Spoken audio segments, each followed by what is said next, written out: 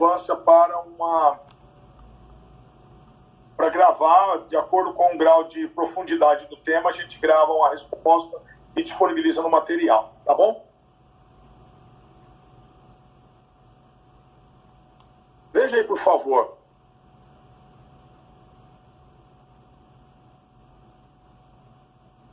Vamos ver as perguntas que a gente tem aqui, que já colocaram para a gente.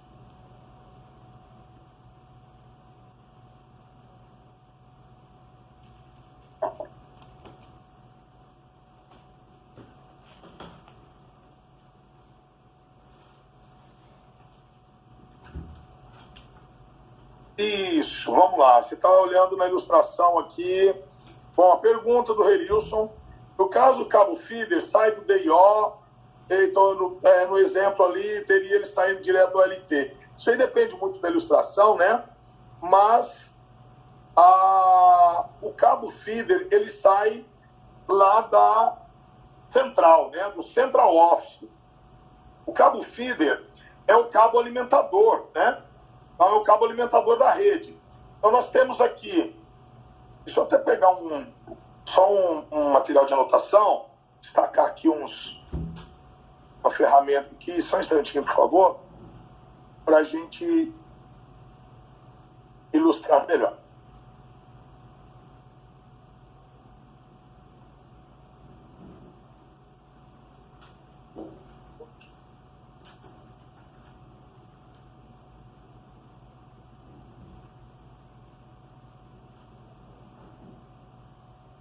Vocês estão acompanhando aí meu ponteiro, né? Contador.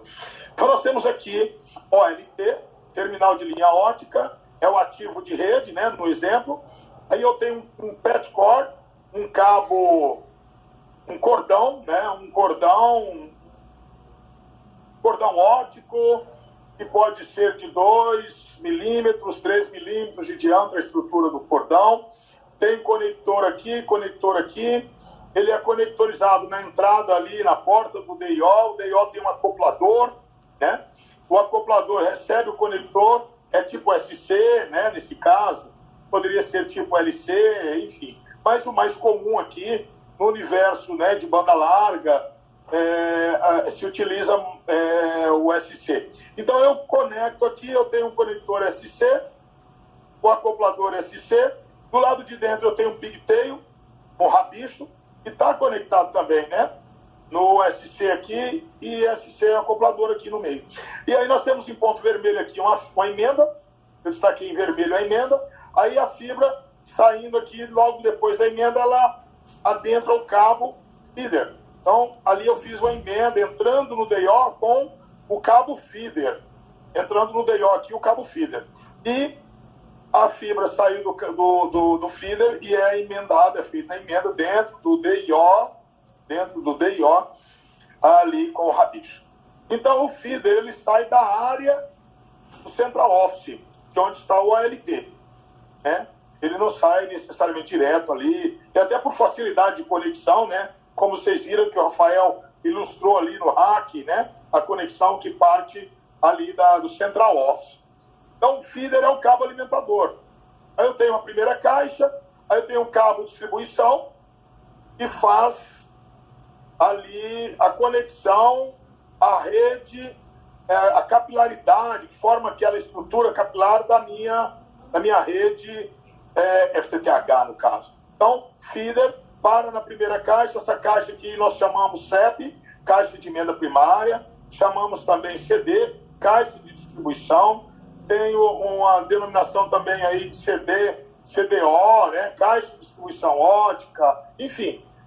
Poderíamos chamar de caixa primária porque numa estrutura hierárquica de multinível, né? Eu tenho aqui o primeiro nível, primária, e no segundo nível, secundário, no terceiro nível, terciário, e assim eu poderia caracterizar a caixa. Então, assim, a nomenclatura não é padronizada, né? Então isso varia de fabricante, de operadora, de empresa, enfim, de acordo com a sua necessidade ali, da sua aplicação, tá bom? Então, o cabo feeder, respondendo a dúvida, o cabo feeder é o cabo que sai lá da central, né?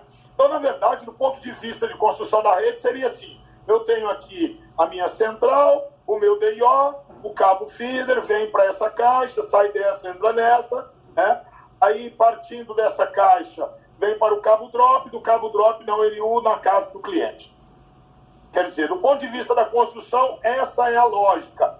A direção aqui é da minha esquerda para a minha direita. Quando nós fomos para o intervalo, a gente falou do posicionamento estratégico do POP, né? Aí a posição do POP pode indicar maior consumo ou menor consumo de cabo, né?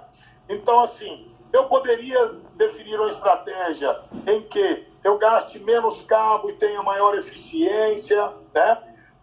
Vocês podem observar nessa imagem e nessa, como vamos ver aqui ampliado, olha, no alto CAPEX, no alto custo de investimento, eu tenho um único cabo alimentando todo esse segmento e gastei 1.150 metros de cabo.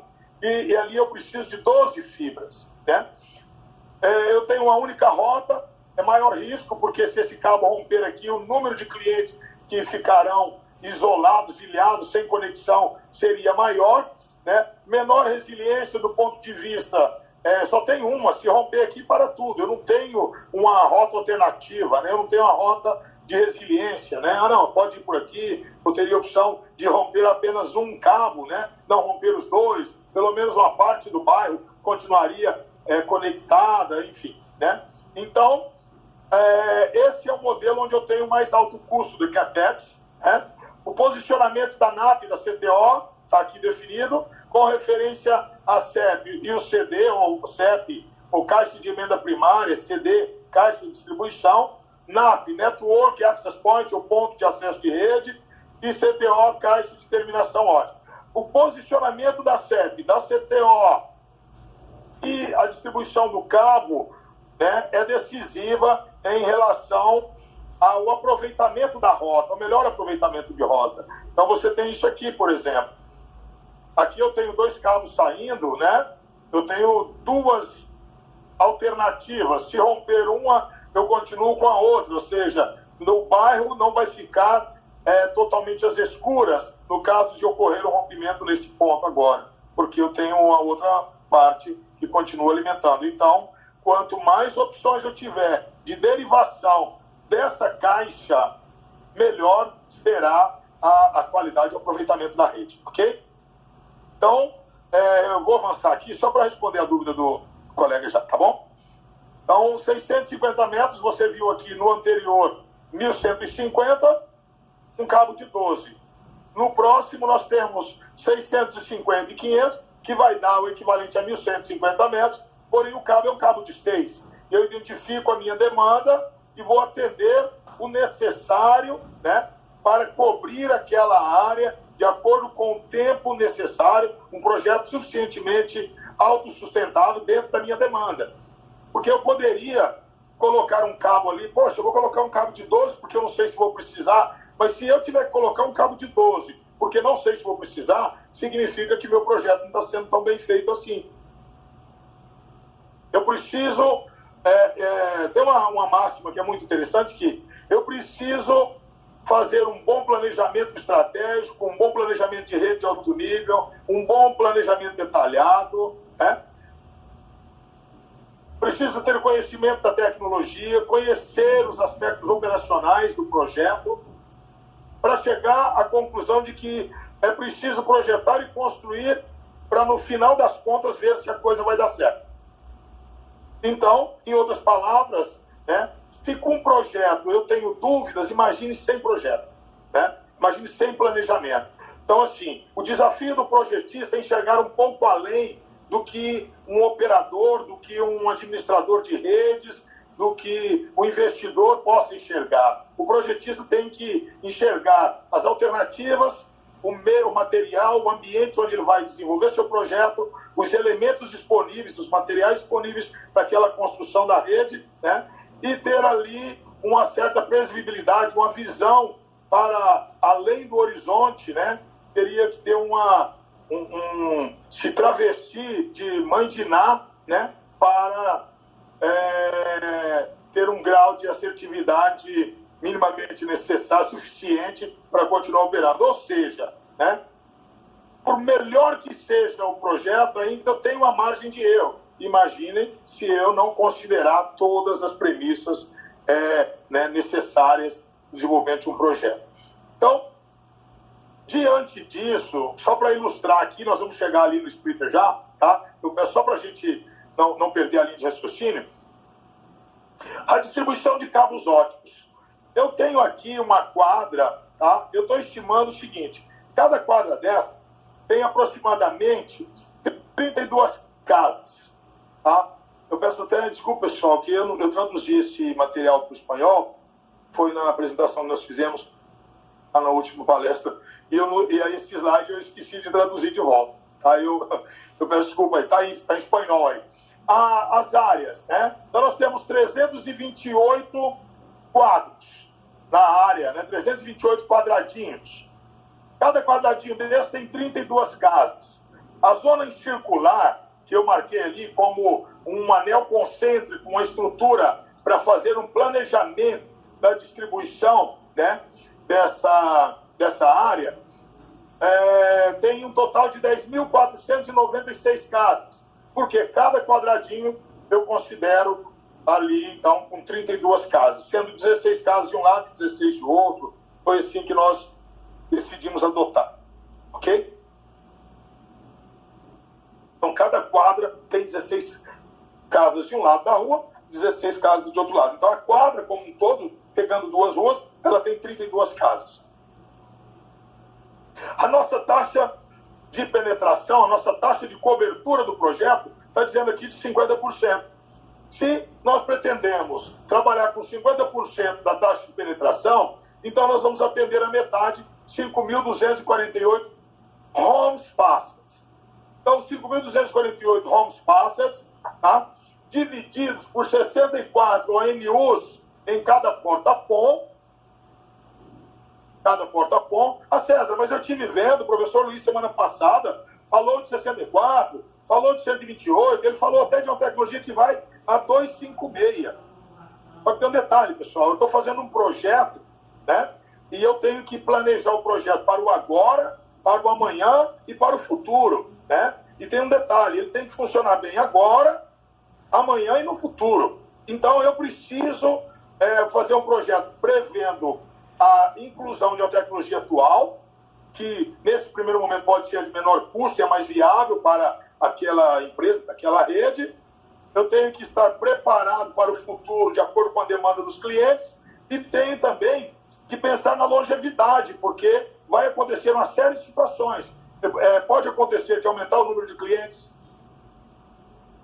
pode acontecer de continuar o mesmo número de clientes, porém aumentar a demanda de banda, ou pode acontecer os dois, aumentar o número de clientes e aumentar a demanda de banda individual de cada cliente.